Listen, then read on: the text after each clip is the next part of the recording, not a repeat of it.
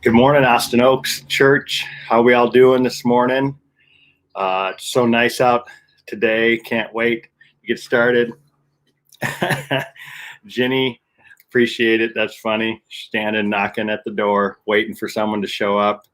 Morning, Don. Good to have you. It is a beautiful start to the day. I was actually out for a little bike ride already this morning. Super cool and crisp out here. I know it's going to be cooking by the time the day gets moving, but it was nice to take advantage of it a little bit this morning. Michelle, good morning. So glad to have you as well. Catherine, you can hear the birds.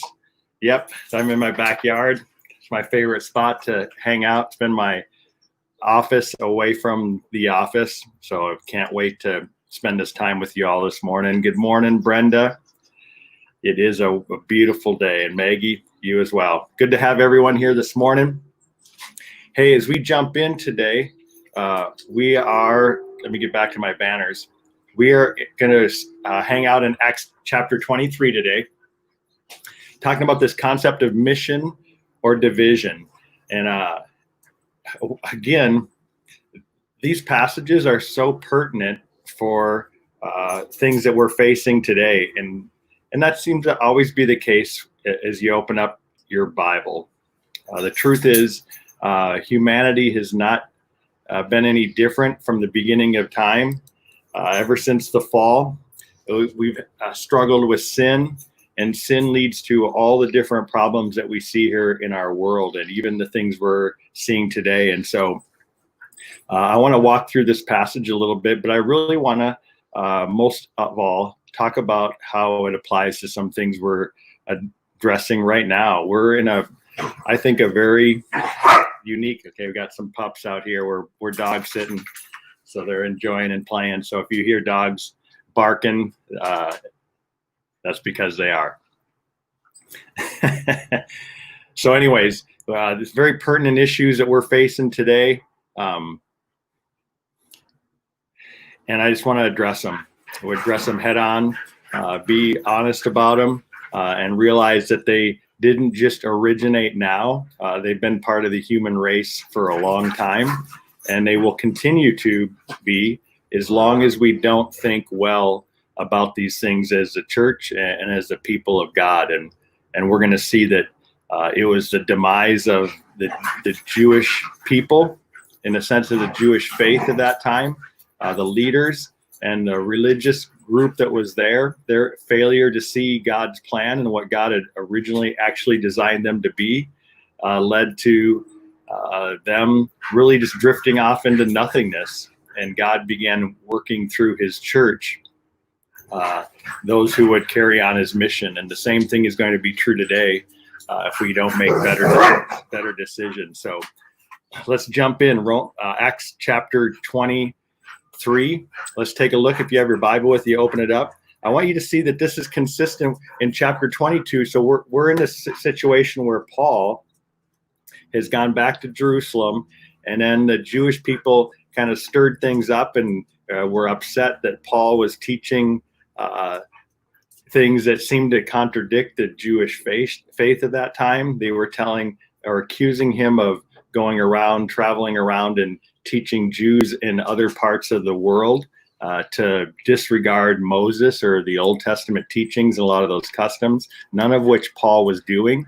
But we talked about that earlier, how oftentimes when we are dealing in divisions or issues, we don't really deal with truth, we deal with hearsay. And that's very true. Even today, we don't sit down and deal with the actual truth. We deal with hearsay or what this person said or that person said. We don't really dive into the facts. But what we do see is that Paul is now explaining himself to these Jewish people. He's under the custody of Rome at this point, and the Jewish people are trying to have him tried and executed. And the Romans are actually giving him protection from it, and Paul's able to state his case. And one of the things he states to them is he tells the Jewish people his journey, how he came from being a religious Pharisee to someone who was following what they called it at that time, the way of Jesus, which was just the culmination of the Jewish faith. It wasn't anything new so to speak. It was the actual culmination of everything that Judaism had pointed to.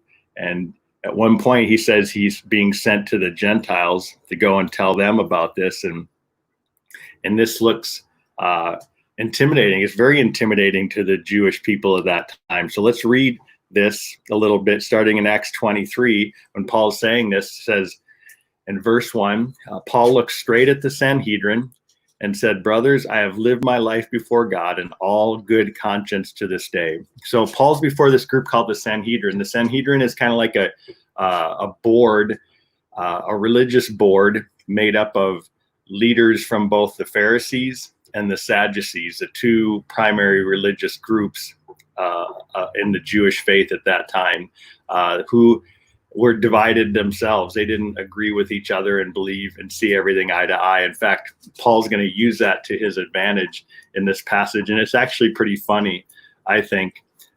It's sad. It's funny in a sad way. But Paul is incredibly wise because being a Pharisee, he knew these issues quite well and the differences between the Pharisees and the Sadducees. And so when he senses that he's getting in trouble, you could say, between these two, and they're riling up against him, he throws them a bone and lets them fight it out amongst them. And it's humorous in one sense. I think it's intended to be, but I think it's also a sad commentary using humor to state just the sad state of the religious world of Judaism at that point. So it says, Paul looked straight at the Sanhedrin, these leaders, and said, "Brothers, I have lived my life before God in all good conscience to this day." The high priest Ananias ordered those who were standing next to him to strike him on the mouth. Then Paul said to him, "God is going to strike you, you whitewashed wall. You are sitting there judging me according to the law, and yet in violation of the law, you are ordering me to be struck." Those standing nearby said, "Do you dare revile God's high priest?"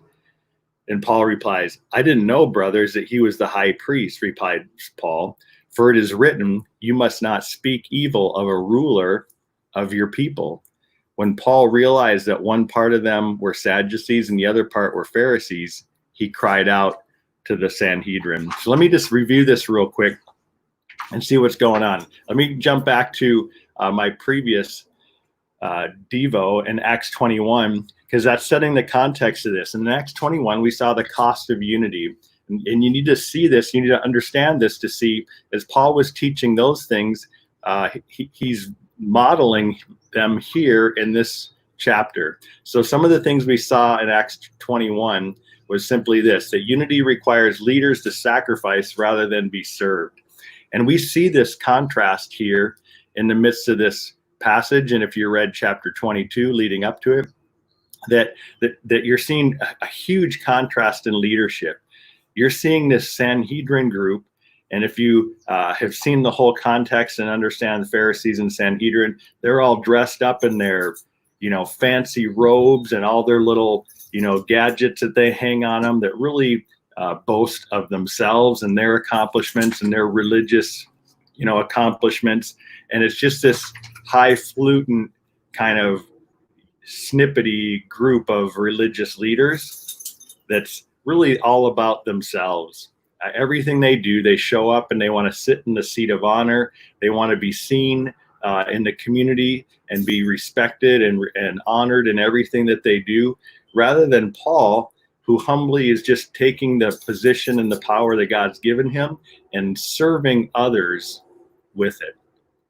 So we're seeing this modeled out right here, this difference between godly leadership, what God wants a leader to look like, and what we turn leadership into as humans when we do so. The other thing we saw, and these are things I shared last time, I'm pulling them right from that Devo, is that unity requires respecting those in authority while speaking up boldly.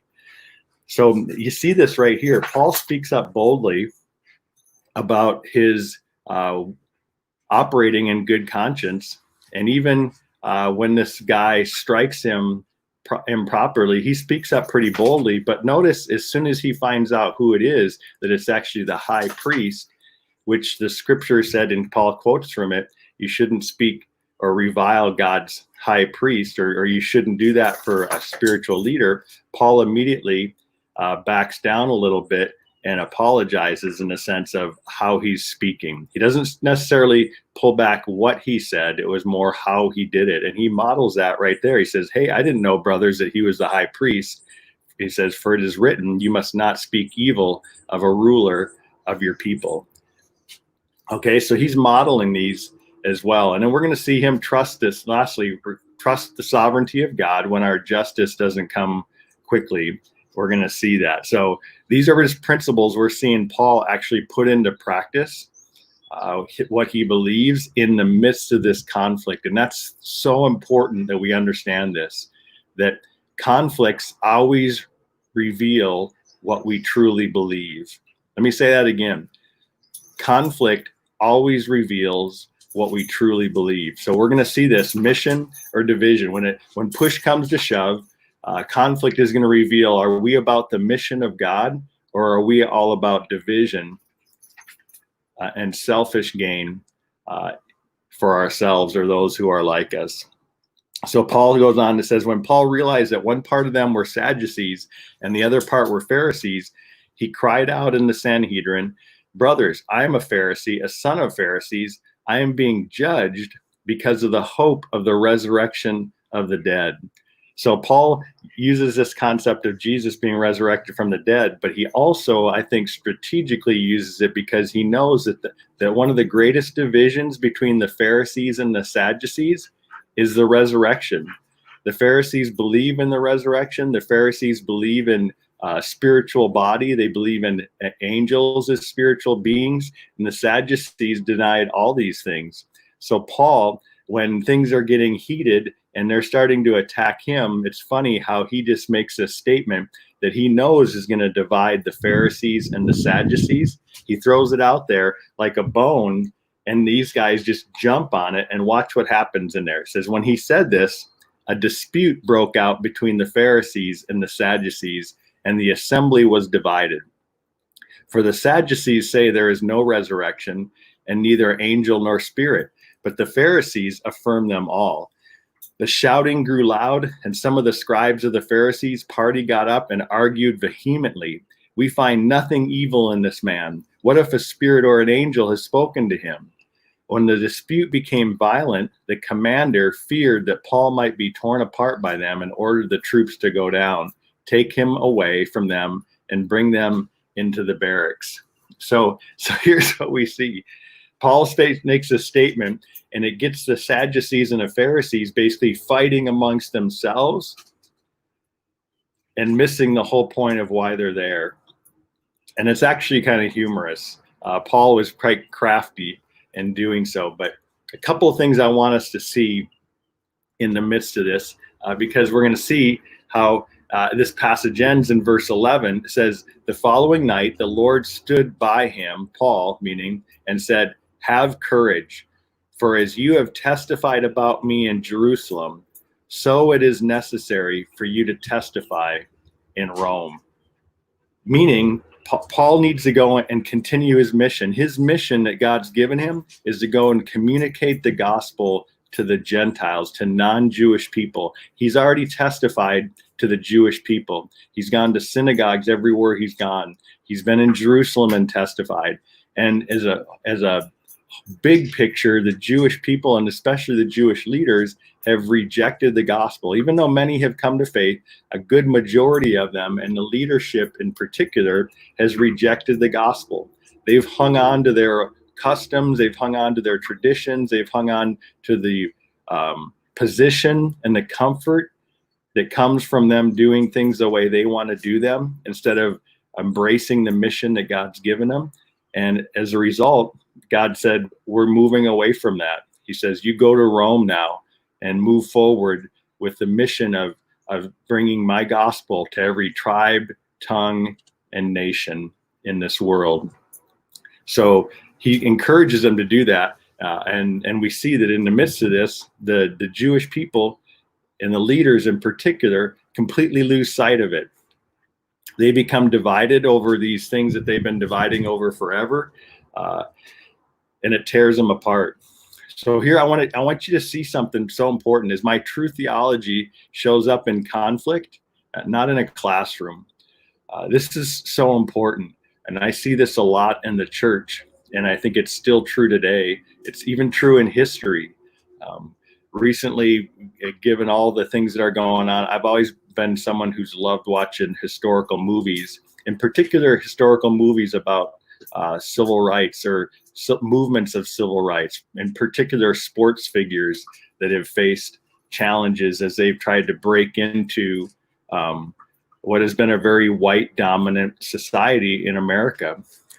42, the Jackie Robinson story, various stories like that have always been a very moving. A Glory Road, if you've ever watched that movie about El Paso and the basketball team down there and just them being so successful and the impact that had and how difficult that was. And these are stories that took place for many of us in our lifetime, not that long ago.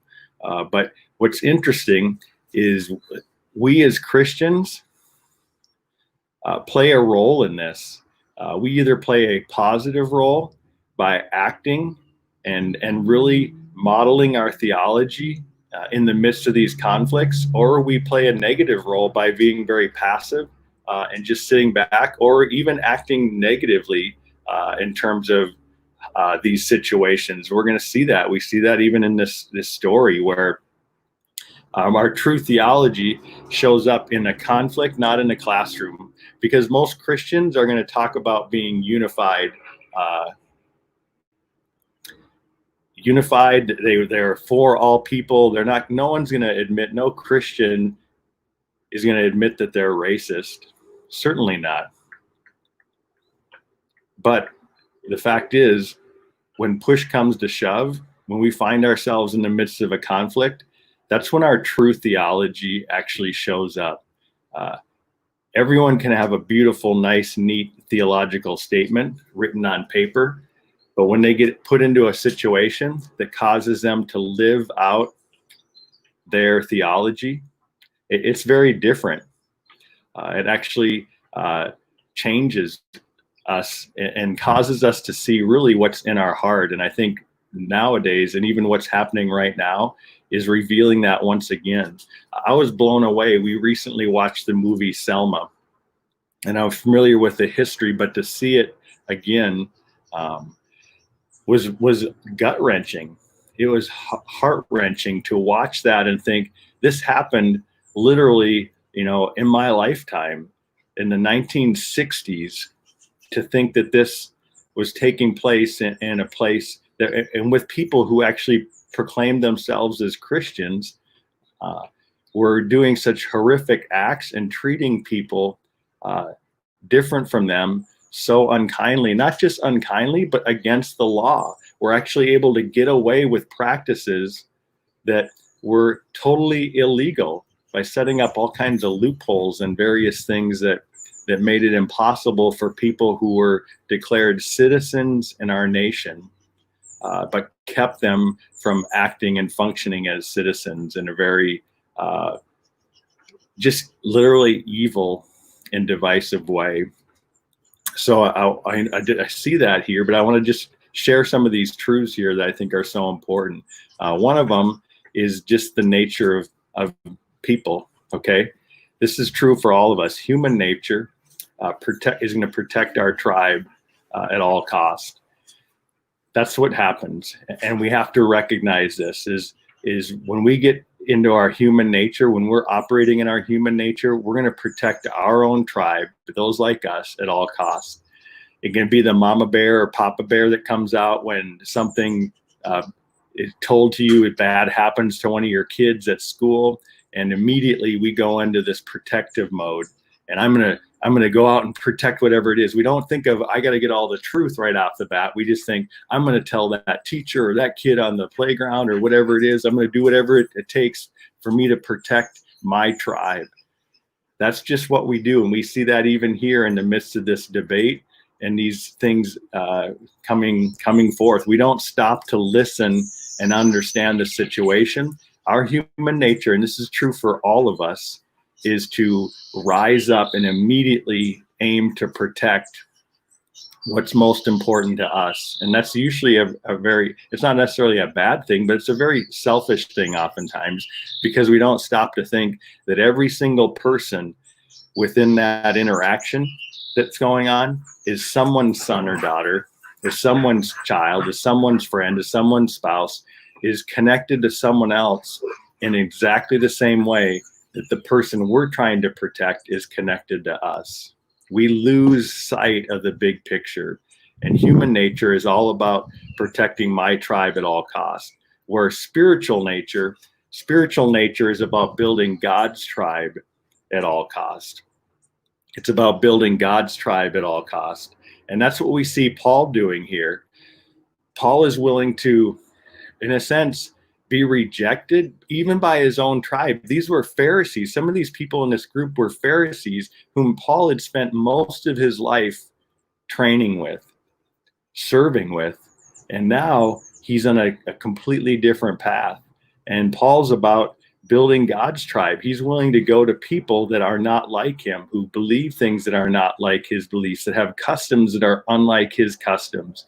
And guaranteed, the only way Paul could be effective at that was by listening and learning about other people's customs and not just his own. And that takes a ton of humility, and it takes a whole lot of grace and just honest questions about what's really important, what's most important, and more so, am I really willing to consider my theology and wrestle with and I'm saying this to say, not to make it academic, but really to just put the cards on the table as saying what I truly believe always shows up in a conflict, not in a classroom. What you believe is going to be manifest in times like this right now, not in a classroom. And I'm not saying that so that you can quickly correct your beliefs. I'm saying that is to let that conflict boil to the surface what's really in your heart. Be honest about it. Be real about what's going on in your heart, even in your thoughts. When you see people rioting, when you see people protesting, what's honestly going on in your heart? Is your first reaction is, oh, I can't believe people are doing that. That's horrible that they're doing that kind of stuff. And yes, in and of itself, it is, but do you understand what's behind a lot of that? And do you realize how often you have rioted in your own heart when something unjust has been happening to you? And has it happened for you over and over and over and over again to the point where you actually responded in a riotous sort of way, whether it was just an angry outburst or just some harbored thoughts that you've held against others? The truth is, we all have this in our hearts. This is our human nature. Our human nature is always going to cling to protect my own tribe at all costs, whereas our spiritual nature is about building God's tribe at all costs. I want to share with you just an experience, I think, that has impacted me more than any other experience in my life. And some of you are aware of this. I've shared it off and on here, but for 15 years, I served as a pastor in Laredo, Texas. In fact, I think I saw Irene. Are you here? Irene Martinez. Irene is Gilbert and Irene, some of our greatest friends down there. Gilbert was one of our deacons. Irene served. They host a small group right now. Just awesome people. If you haven't got a chance to meet them, but you get to meet Irene. If you meet Irene, you'll never forget Irene. Let me just say that. That's all I'm going to say. If you meet her, you'll never forget her. She knows that. She's throwing some hearts out. So awesome people, love them to death. But they're part of what changed me. I grew up in a highly anglicized culture. Midwest Minnesota, hardly any people of color up there. Never thought I was racist. I would never have admitted that. But until you're in a different situation, you don't realize where your heart is. And so being in Laredo, we were flipped around. Laredo is 98% Hispanic. It's got, I think, a less than a 1% Anglo population. And then there's a mix of other things that make up the other percentage, but it's, you're a significant minority. Our kids went to a high school of about 3,000 students. There were 7 Anglo kids in that school, and our kids made up 2 of them. So they were significant minorities in that environment. And we experienced some things that a lot of minorities experience in our nation, that it's not a skin color issue, it's a heart issue. And every group of people has their tribe that they want to protect, and they want to survive. It's a survival thing that's in our human nature and our broken human nature. And so that's what was happening, and we've experienced a lot of that in our lives. But I want to share with you something that I experienced in our church, which was predominantly Hispanic, obviously, in that area, is people would come down, people would move into Laredo oftentimes. Some Christians, they'd be there for government jobs or various things like that. And they would show up at our church because our church was an English-speaking church. And it was also an EFCA church, associated with our movement. And what would happen is the problems I would face the most in our church down there is we were a church that was aiming to reach the people of Laredo, to incorporate their culture and their customs, their neutral customs and cultures into our church to reach those people.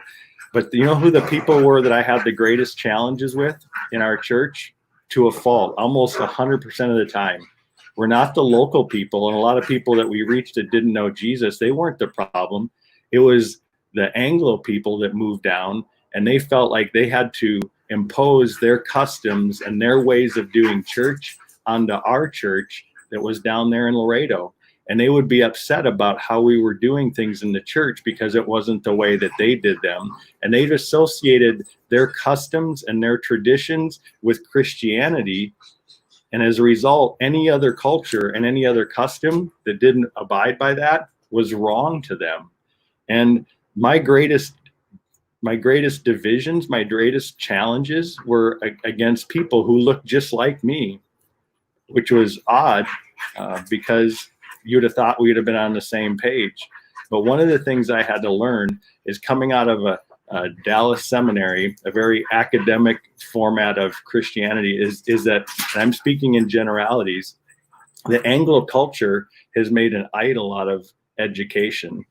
And we've taken our Christian faith, a lot like maybe the Pharisees and the Sadducees, and we've made it about information, we've made it about knowledge, we've made it about what you can learn in a classroom, as opposed to what you learn in the midst of conflict in real life.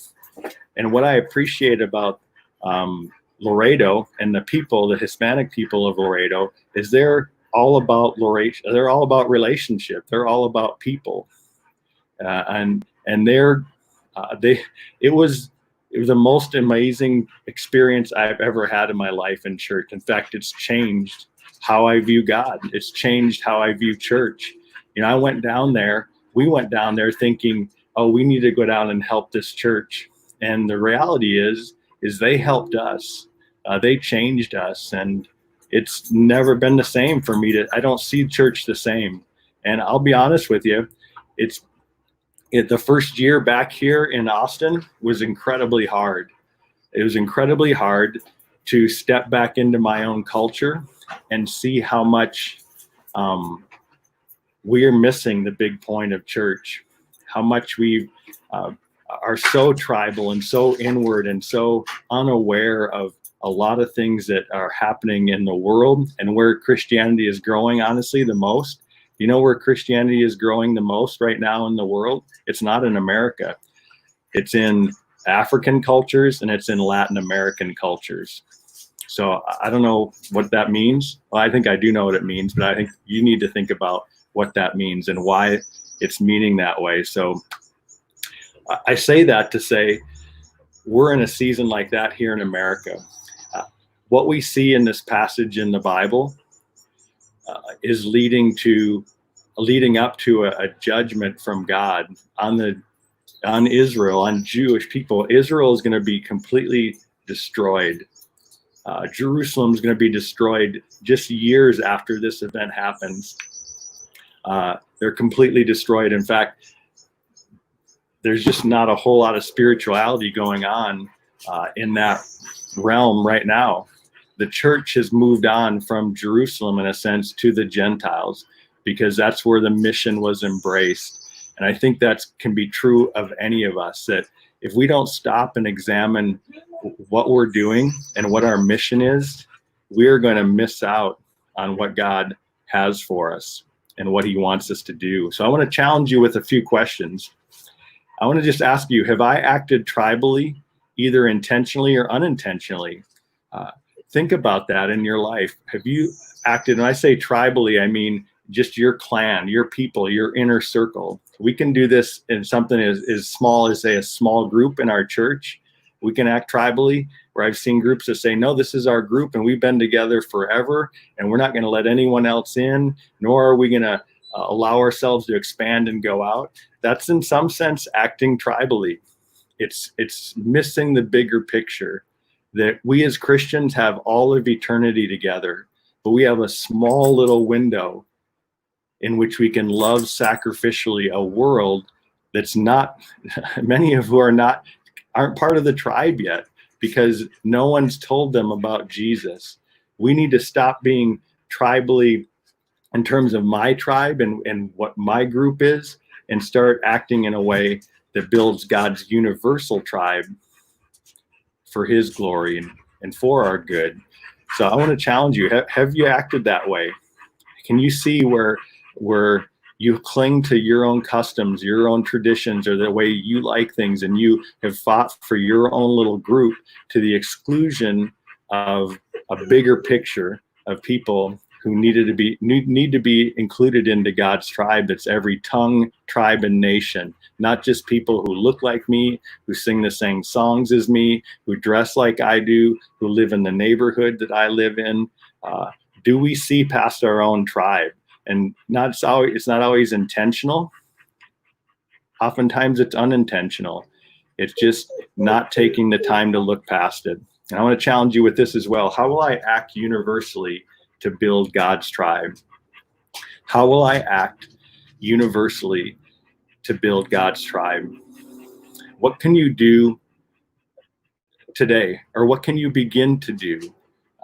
I'd encourage you. Sometimes it's just seeing the bigger picture. Sometimes a powerfully put together movie can be transformational. Like I'd mentioned, I love watching a lot of these historical documentaries, and I'd never seen the movie Selma before. I know the history of it, but I'd never seen the movie. It was both gut-wrenching and transforming to see. It's about Martin Luther King and obviously voting rights at that time. But one of the things that just has struck me recently is I've really tried to understand some of this movement with the Black Lives Matter and the culture of African Americans and Black lives and as minorities in our country, and why it's unique is, as obviously all minorities have faced a challenge trying to integrate into our culture, but not all of them in the same way. For the African American culture and Blacks coming in, they were brought in the mid 1600s in slavery. So 1600s is when slavery began, and they were coming in, and that's being treated horribly like property.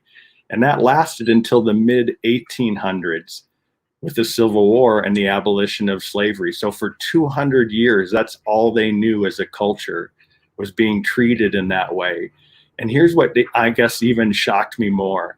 After gaining, so to speak, citizenship or abolition from slavery in the mid 1800s, it was another 100 years before they could even vote.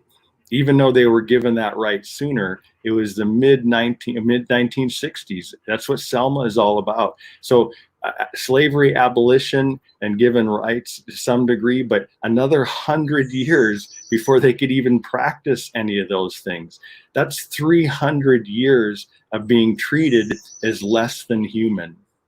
That's just That makes me sick to even think that I'm associated with a people that have done that. And the sad thing is I'm sure I've contributed to that. I'm sure that attitude is carried over into the way I've seen people who are different than me. It's not a racial thing. It's a internal heart sin issue. And I challenge you to just take this time and ponder and think differently, and then begin to act on those thoughts and realize that this conflict that our world is going through right now is shaping and revealing your theology. It's revealing what you truly believe about God. It really is. And it's not what you say in a classroom. It's not what you say in the midst of a Sunday service. It's not what you amen about when someone's preaching. It's what you believe when push comes to shove in the midst of these conflicts that's going to reveal what your true beliefs are, what your theology truly is. It took me living as a minority for 15 years, and even then, it didn't strip all the gunk and the tribalism that still exists in me. I'm still by nature going to fight for what I think is mine and try to protect my own much too quickly than I'd like to admit. But it has changed me in a significant way to see and know people who look different than me, who grew up in a very different environment than me, and see them love and praise God and actually serve him in so many ways more faithfully and more lovingly than even I did. Changed me. It made me realize that it's not as Martin Luther King said, it's not the color of a person's skin, but the content of their character that God looks at. And we need to do the same. So just want to encourage you this morning with this truth that it's not showing up today for the first time. It's existed from the very beginning. And even in our story today with Paul, the religious people of that day were the very ones who were trying to thwart the mission of God, of bringing every tribe and nation in. And my question is, are we doing the same thing today in our nation? Are we part of the problem of why the church is so segregated here in our nation? And will we ask ourselves hard questions to say, what am I doing intentionally or unintentionally to contribute to the division and the segregation that exists in the church today and in our nation? I love you guys. I miss you tremendously. I hope this challenges and encourages you in many ways, in a good way. It's a great time for us to grow as people and to be the church that God's called us to be. So sorry, I got a little excited there, got a little rambling, but hey, you guys know that that's not all that off course, right? That's pretty typical. So, hey, love you all. Have a wonderful week. Great to see you. So awesome to have Irene with us this morning. In fact, I'll be down there next weekend, Irene, just so you know. Don't tell anyone. Love you guys. Talk to you soon. Yep, that's right. I can go to play with my dogs now. So you guys have a wonderful day. We'll see you soon. Bye-bye.